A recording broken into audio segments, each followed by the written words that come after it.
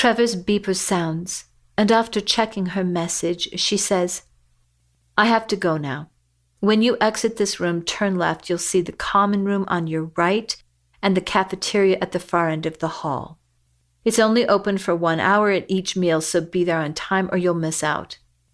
In the common room, all rules and regulations are posted, and everything that applies to the patients applies to you as well."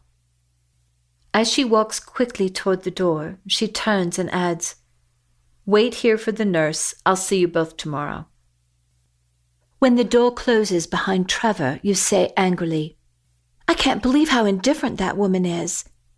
She acted like this massive terrorist attack and potential supervolcano was just another day at the office. I mean, thank God our families are okay, but still, doesn't it seem weirdly calm around here?" "I know," says Matthew, confused. "You'd think everyone would be running around freaking out, but no one seems upset." "So what do you think? Do you think there could be a supervolcano eruption right here in Utah?" "The supervolcano doesn't make sense," says Matthew slowly. "I mean, it's a definite possibility in Yellowstone. There's all kinds of evidence already. It's just a matter of time. But I haven't heard anything about an active caldera here in the desert." "Do you think it's something the government would keep secret?" you say, placing your hands on your knees, hoping Matthew won't notice your hands trembling. Matthew takes a deep breath and says, "Well, it's possible. It wouldn't be easy to see it coming until it's too late." "How bad could it be?" "A supervolcano is nothing like anything you've ever seen," Matthew says heavily. "The last eruption here in the Utah desert was 5,000 times larger than Mount St. Helens, and the lava covered 12,000 square miles. And in some places, it was 13,000 feet thick." "Do you think that could really happen again?" you say anxiously. "Well, you can't rule it out." "How long do you think it will take before they decide that the volcano isn't going to erupt? I mean, I know you couldn't possibly know that for sure, but what do you think?" you say, hoping for even the smallest amount of good news. "Oh, I don't know. My best guess is that if it hasn't erupted or gotten worse over the next 2 or 3 weeks, they'll probably open things up and let us go home." You nod and smile slightly. "Okay, I could live with that," you say optimistically. The door opens and a stocky male nurse in gray scrubs with freckles and curly ginger hair appears. "Right this way," he says as he holds the door open for you. As he ushers you to an adjoining hospital wing for your physical exams, you say, "Excuse me, but is there any way we can contact our families? Or is there a way to get a message to them so they know we're all right?" He speaks politely and says, "I'm sorry, there's no unofficial communication during lockdown, but I'm sure your parents have been notified." Looking at you sympathetically, he adds, "I don't make the rules. I know it seems unfair, but here we all have to live by them." You and Matthew are shown into separate rooms for your exams. Your dirty clothes are taken, and you're given green scrubs and security passes which you wear around your necks. The passes display your name, weight, and a specific barcode that allows for different levels of security. After your exam is complete, you are sent to the common room where you wait anxiously for Matthew. There are only a handful of patients present, most of them middle-aged, but there's one man who immediately stands out. He's quite elderly, his hair is white, and he shuffles around the room looking at the floor, quietly muttering, "Minus 74.85, 16, minus 102.59, 033, 0. You suddenly have a strange déjà vu feeling, but even that isn't quite it. It's more a feeling you can't identify. Familiar, yet somehow the context is different. Then you notice a woman sitting by herself at a table. Against all odds, you recognize her immediately when you see that she's wearing pink slippers. But even so, you can't remember how you know her until Matthew enters the room and sits down next to you. "Matthew," you whisper emphatically, "I dreamed this." Then you stop as you realize you had also dreamed that he was in a hospital bed unconscious. "There are some things that still don't make sense," you say, taken aback. "But see that woman sitting over there by the television? I remember her." Matthew looks at the woman, then back at you and says, "How much of your dream do you remember?" "Enough to tell you I don't think I was dreaming. I think I was here," you say, your mind racing. "How's that possible?" says Matthew earnestly. "Wait, forget I said that. How would we explain anything that's been happening to us?" "I know. I feel like I'm in some kind of weird reality show, and there are hidden cameras and microphones all over the place." Suddenly you stop. "Oh shit," you say as you flip over your security pass, looking for a small microphone, but nothing is there. "Oh my God, look at me. You'd think I belonged here." "It's okay, Amelia," says Matthew gently. "I think it's safe to say we're most likely in some level of shock." Then looking at the woman again, he whispers, "What do you remember about her? Anything?" "I know I sat with her at a table and talked to her. It's weird, maybe it was a dream," you say, confused. "Well, somehow you must have been seeing the future," says Matthew at a loss. "But what does it mean?" you say, shaking your head. A very masculine-looking young female nurse with short-cropped blonde hair approaches you and says, "Dinner will be served in just a few minutes. I'll show you to your rooms, and then you'll go to the dining hall." As you walk down the hall, she adds, "For your security, your bedrooms are locked at 2200 hours and will automatically unlock at 0630. Breakfast is at 0700. Everything you need is in your rooms. Toothbrush, toothpaste, soap, etc. You can sleep in your scrubs and you'll receive fresh clothing tomorrow. Amelia, your room is 102, and Matthew, yours is next to hers, 104. She says, indicating your rooms with a wave of her hand as you pass by without stopping. Showers are at the far end of the hall.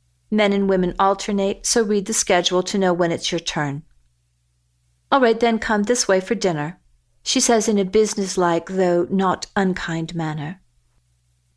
Standing in line at the cafeteria, you whisper to Matthew, "This seems like a combination of our high school lunchroom and what it's probably like in prison."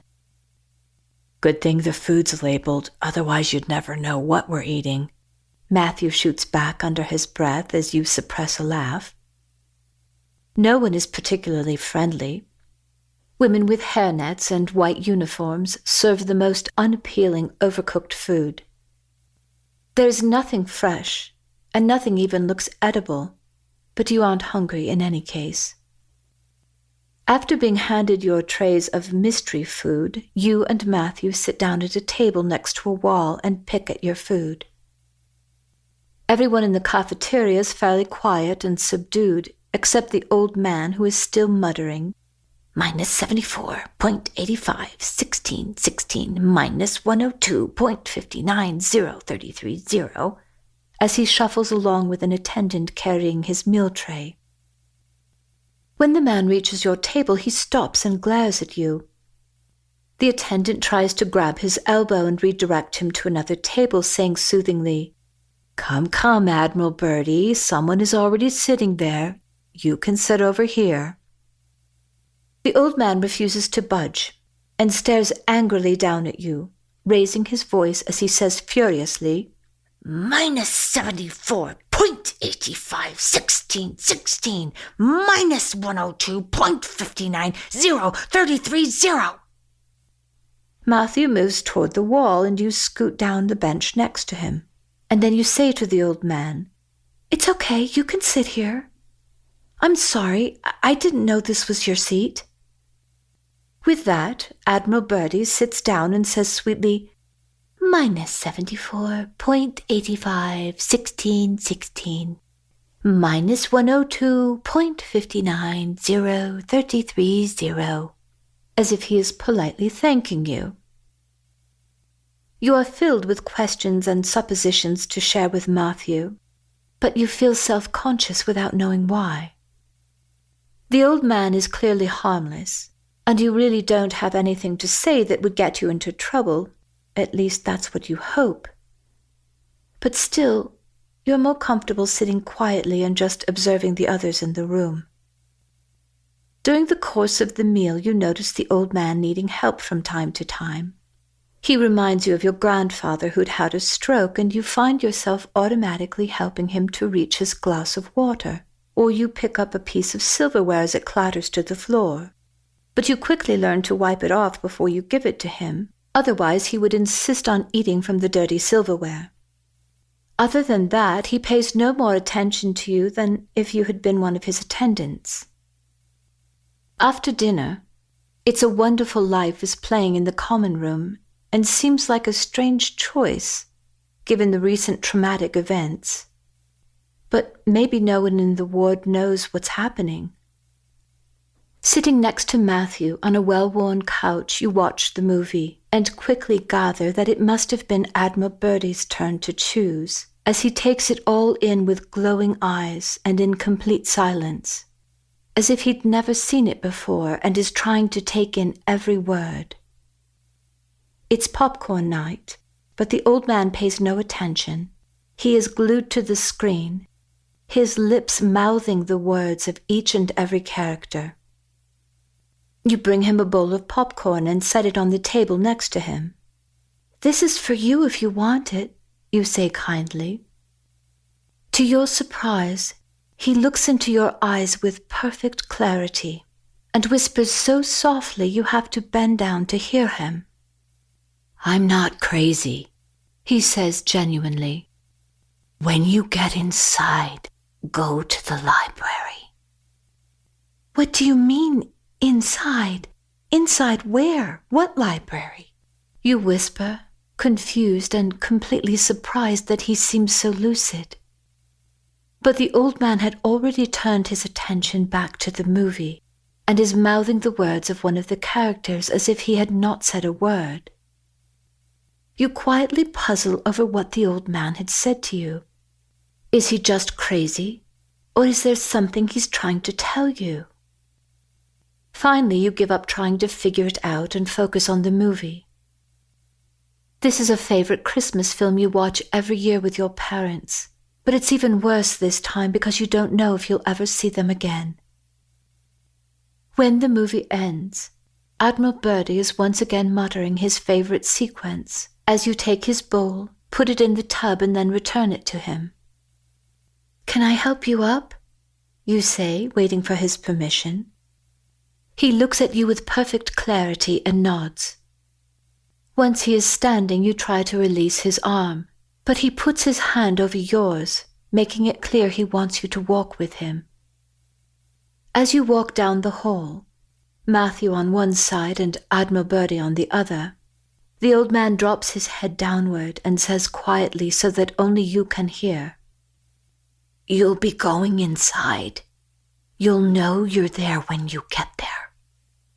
You must go to the library or all will be lost." Just before you arrive at your room, a sudden wave of panic washes over you as you remember the bedroom from your dream. Thankfully, your room is nothing like the vision. It is white, simple, and quite ordinary, with sterile linoleum floors.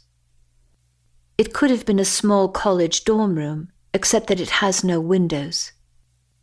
The little room is less prison-like than you'd expected, but the bed frame is plastic and screwed into the floor, just as you'd remembered from your dream. There is something mirror-like embedded in the wall, but there's no sign of either a toilet or a sink, and this brings some relief knowing they'll have to let you out sooner or later. At 10 p.m., the doors automatically click shut. You hear the lock sliding quietly into place and ending with a slight click as the overhead light fades into a soft nightlight. You sit on your bed, unable to sleep, your body exhausted but your mind racing. Finally, you get up and pace around the room thinking about everything the old man had said to you. Try as you might, you can't come to a single successful conclusion. Even when you think about Asha and the idea that this might actually be a virtual reality game, it still makes no sense. Asha said that feelings navigate the game, but what could you possibly feel that would change what's happening? The idea's crazy. Still, there's a part of you that wishes you had stayed longer to listen to what Asha had to say. At last, you flop down on your bed, close your eyes, and in the silence of the still room, you suddenly become aware of every sound around you. You hear the footsteps of someone walking slowly up and down the hall. Most likely one of the nurses or an attendant making their nightly rounds, briefly stopping to listen at each doorway. Though you shift back and forth between dream state and reality, you never realize that you had fallen asleep until you suddenly wake to your room literally shaking beneath you. Jumping out of bed, convinced it's an earthquake, you pound on the door to be let out. But no one comes. No one is in the hall making rounds and you can't hear a sound. You rush back to your bed and slide underneath, breathing heavily. Then you hear a voice. "Amelia, is that you?" says Matthew quietly from the other side of the vent. "Did you feel that?" you say anxiously. "The earthquake? Yeah, I couldn't get anyone to let me out, so I got under my bed." "Oh my God, so did I," you say, panicked. "I couldn't get out either." Another tremor shakes the floor, but it isn't as severe this time. "Matthew?" "Yeah." "Do you think it's safe to talk here?" "I think so. I doubt they have microphones under our beds," says Matthew lightly. Then more seriously he adds, "Is there some reason you're afraid?" "I just don't know. I mean, everything Trevor said made sense, but why would they bring us here? We're not special or important," you say, puzzled. "We are a bit different if you think about it," says Matthew thoughtfully. "What do you mean?" you say as you reach for your pillow and tuck it under your head. "Well, I've been thinking about this, and I agree. Why would they bring us to a place that is so top secret? There's not even a rumor about something like this existing. And like you, I was thinking that we're just a couple of high school kids. Why would the military get involved in finding us?" "I don't know what makes us different," you say, trembling slightly. "Don't you think the timing is a bit odd?" says Matthew pensively. "I mean, we're not really sure what happened to us. Did we die and come back to life? Were we really in another dimension? If so, where did we go? How did we get there? And even more importantly, how did we get back? But if they didn't even know we were lost, then how did they even know where to come look for us?" "That's my point. This place must be beyond top secret," says Matthew, concerned. "That's what I was thinking too," you say uncomfortably. "The question of why they brought us here isn't nearly as important as why would they let us leave?" "I know. That's all I've been thinking about." "How do we even know they're telling us the truth about the terrorist attacks? I never felt anything last night, did you?" "No, I didn't feel anything either. But it is possible, given the fact that the caldera could be over 50 miles in diameter, that the detonations were too far away for us to feel. Maybe, but I think if it's real, they'll show some footage. And if they don't? Well, I just won't believe it until I see it, you say definitively. I'm with you, but even if we see the footage, there's still a lot of unanswered questions. I know, and I think we need to be careful, especially with what we say to each other. Yeah, I agree. I wish we could stay and talk, but I don't want anyone to get suspicious. You're right. How about if we just meet here quickly if we ever have an emergency? Okay. Good night, Matthew. Good night, Amelia. You climb back into bed, and then quite suddenly you find yourself in a familiar dream. You see the psychic woman with her cards spread out on the table, but it's as if you're trying to see her through a dense gray mist. At last you fall into a deep sleep only to wake up moments later with the bedroom light shining painfully in your eyes. Blinking and feeling as if you've been drugged, you slowly sit up and hear the door automatically unlock. You want nothing more than to stay in bed, but clearly that isn't going to be an option.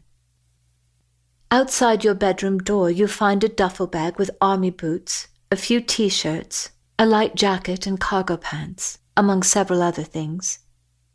You dress quickly, but from the moment you walk out of the bedroom, everything seems surreal. Artificial lights, artificial people, and artificial food. Nothing is real. Matthew sits down next to you at breakfast, and though you are both careful with your words, he reaches out and holds your hand reassuringly for a few moments. After breakfast, a nurse escorts you into the conference room. Your tests have your names on them, she says as she stands waiting for you to take your seats. You sit down across from Matthew. You may begin, says the nurse as she sits down. You flip your test over, expecting to see a straightforward series of questions.